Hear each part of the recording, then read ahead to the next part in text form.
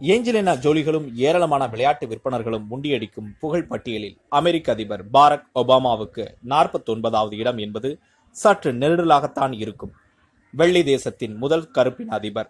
அமைதிக்கான நோபல் பரிசு இன்று 1000 இருந்தாலும் இந்த நம்பர் சற்று குழப்பம் தருகிறது இல்லையா? சர்வேக்கள் பொதுவாக சர்வேசனுக்கே குழப்பம் தரக்கூடியவை. பரவாயில்லை, ஒபாமாவின் வாழ்க்கையின் சில முக்கிய புள்ளிகளை கூர்ந்து கவனிப்பதன் மூலம் நாம் பெறக்கூடிய லாபங்கள் நிறைய உள்ளன. இன்றைக்கு ஒபாமா அமெரிக்க அதிபர். ஆனால் தனது 40வது வயது வரை அவருக்கும் அரசியலுக்குமான தொடர்பு ஒன்றுமில்லை. அரசியல் விஞ்ஞானம் படித்தவர்தான். ஆனால் அதன்பின் படித்த சட்டத்துறையில்தான் உத்தியோகத்தை ஆரம்பித்தார். இலினாய்ஸ் மாகாணத்தில் ஒரு சட்டக்கல்லூரியில் அரசியலமைப்பு சட்டம் பற்றி பாடம் எடுக்கும் ஆசிரியராகத்தான் அவரை மக்களுக்கு முதலில் தெரியும். சில வருடங்கள் பாடம் எடுத்துவிட்டு போதும் என்று ராஜினாமா செய்துவிட்டு அங்கேயே செனட் தேர்தலுக்கு நின்றார். செனட்டர் ஆனார். பிறகு கீழவை மேலவை என்று மாறி மாறி கொஞ்ச காலம் ஆரம்ப அரசியல் செய்துவிட்டு 2007ஆம் ஆண்டு நேரடியாக குடியரசுத் தலைவர் தேர்தலுக்கு போட்டியிட முடிவு செய்து அதற்கான பிரச்சாரங்களை ஆரம்பித்தார். முதலில் கட்சி அளவில் ஹிலாரி கிளின்டனை ஜெயித்து பிறகு குடியரசுக் கட்சி வேட்பாளர் ஜான் மெக்கெயினையும் ஜெயித்து அமெரிக்க அதிபர் ஆனார். 2008இல் அவர் அதிபரான போது வயது 47. இடையில் நடந்த ஆயிரக்கணக்கான சம்பவங்களும் பிரச்சார கலையபரங்களும் அரசியல் அக்கப்போர்களும் நமக்கு முக்கியமல்ல. 40 வயதில் அரசியலுக்குள் ஒரு சாதாரண செனட்டராக நுழையும் ஒருவர் 7 வருடங்களில் ஒரு தேசத்தின் அதிபராகிறார். எப்படி முடிந்தது? கருப்பர் வெள்ளையர் என்னும் பாகுபாடுகள் ஒபாமா விஷயத்தில் மட்டும் துப்புரவாக மறைந்தது எப்படி? அவரை தலைமையில் தூக்கி வைத்து கொண்டாடினார்கள். ஒபாமாவின் இளமை பருவம் கலையபரமானது. அவரது தந்தை கென்யா நாட்டைச் சேர்ந்தவர். அமெரிக்காவுக்கு படிக்க வந்தபோது ஒபாமாவின் தாயாரை காதலித்து மணந்து ஒபாமாவை கொடுத்துவிட்டு கென்யாவுக்கு போய்விட்டார். வெள்ளை தாய்க்கும் கருப்பு தந்தைக்கும் பிறந்த ஒபாமாவுக்கு அடிப்படை சிக்கல் அங்கிருந்தே ஆரம்பித்தது. அடையாள சிக்கல். நான் கருப்பனா வெள்ளையானா? ஓடிப்போன அப்பாவின் அடையாளத்தை வைத்துக்கொண்டு அவஸ்தைப்படுவதா, அம்மாவின் அடையாளத்தை என்னுடையதா என்று ஏற்பதா? நிலைக்கண்ணாடியில் அவர் கருப்பர் இனத்து குழந்தையாகத்தான் இருந்தார். தவிரவும் அவரது பெயரின் நடுவே அவரது தந்தையின் சொத்தாக இணைந்த ஹுசைன் என்கிற அடையாளமும் இணைந்திருந்தது. பாரக் ஹுசைன் ஒபாமா அடையாள சிக்கல் இடியாப்ப சிக்கலை காட்டிலும் பெரியது. ஒபாமாவின் தாயார் இரண்டாவதாக ஓர் இந்தோனேஷியரை திருமணம் செய்து கொண்டார். இது ஒபாமாவுக்கு வந்த இரண்டாவது பிரச்சனை. இந்தோனேஷியாவில் 1967ஆம் ஆண்டு சுகர்தோ என்னும் இராணுவ தளபதி ஆட்சிக்கு வந்தபோது ஒரு அறிவிப்பு வெளியிட்டார். இந்தோனேஷியாவுக்கு வெளியே படித்துக் கொண்டிருக்கும் இந்தோனேஷிய இளைஞர்கள் அத்தனை பேரும் நாடு திரும்ப வேண்டும். எனவே ஒபாமாவின் தாயார் தனது இரண்டாவது கணவரின் சொந்த தேசத்துக்கு குடிபெற வேண்டி வந்தது. ஒபாமாவையும் தூக்கி கொண்டு போய் சேர்ந்தார். அடையாள சிக்கலுக்கு அடுத்தபடி கலாச்சார சிக்கல். நல்ல வேளை ஒபாமா அதிக காலம் இந்தோனேஷியாவில் இருக்கவில்லை. அவரது தாயார் அவரை தனது அம்மா அப்பாவிடம் வளர அமெரிக்காவுக்கே திருப்பி அனுப்பி வைத்து விட்டார். ஒபாமாவின் இளமை பருவம் பாட்டி வீட்டில் கழிந்தது. நல்ல பாட்டிதான், நன்றாகத்தான் பார்த்து கொண்டார்.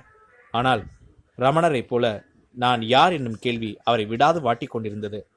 பட்ட அவமானங்களும் கிடைத்த அவமதிப்புகளும் ஏமாற்றங்களும் தோல்விகளும் அங்கீகார மறுப்புகளும் அவரை மனதுக்குள் சின்னாபின்னமப்படுத்திவிட்டன. ரமணரை போல அருணாச்சலத்தை தேடி போகாமல் அபின் மற்றும் கஞ்சாவை தேடி போனார் ஒபாமா. ஒரு தேர்ந்த பொறுக்கியாக இளமையில் அவர் பெற்ற பிம்பம் அவருக்கு கொஞ்சம் பாதுகாப்பாக இருந்திருக்கிறது. யாரும் முகத்துக்கு நேரே கேலி பேச பயப்படுவார்கள் இல்லையா? ஆனால் அடிப்படையில் புத்திசாலி என்பதால் அந்த பாதையில் அவர் தொடர்ந்து செல்ல விரும்பவில்லை. படிப்பில் புத்தியை திருப்பினார். ஒழுங்காக படித்தார்.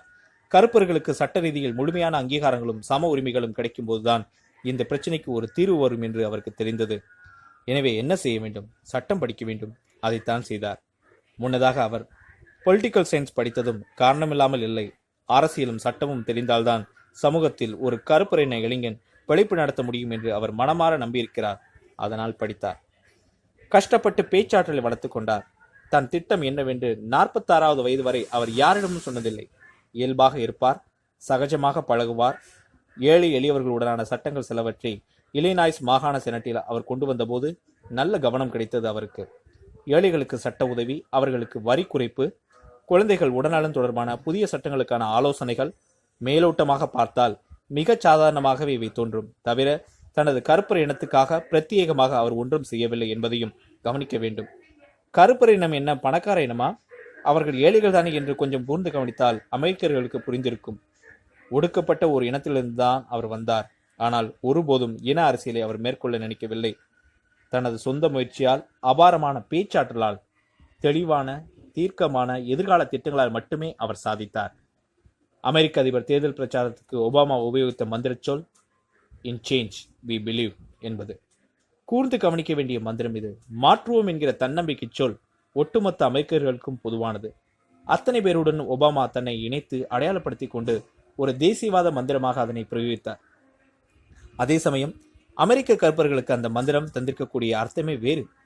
ஒபாமா வெளிப்படையாக சொல்லவில்லைதான், ஆனாலும் அது அமெரிக்க கருப்பர்களுக்கு தனிப்பட்ட தன்னம்பிக்கை அளித்ததை மறுக்க முடியாது. தொடர்ந்த யுத்தங்களினாலும் பொருளாதார வீழ்ச்சியினாலும் ஒரு மாதிரி பதற்றத்தில் இருந்த அமெரிக்கர்கள் யார் குத்தியாவது அரிசி வேக காத்திருந்த சமயம் அது. ஒபாமாவை தேர்ந்தெடுத்தார்கள். உலகமே வியந்தது.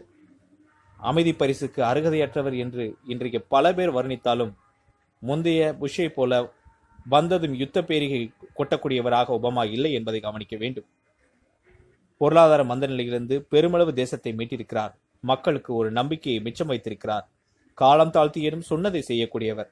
ஒபாமாவின் வெற்றி, புகழ், அந்தஸ்து அனைத்தும் அவரது தன்னம்பிக்கையால் மட்டுமே வந்தவை. அவரது சமகாலத்து முன்காலத்து அமெரிக்க கருப்பரின இளைஞர்கள் யாராலும் முடியாதது அவருக்கு மட்டும் எப்படி முடிந்தது?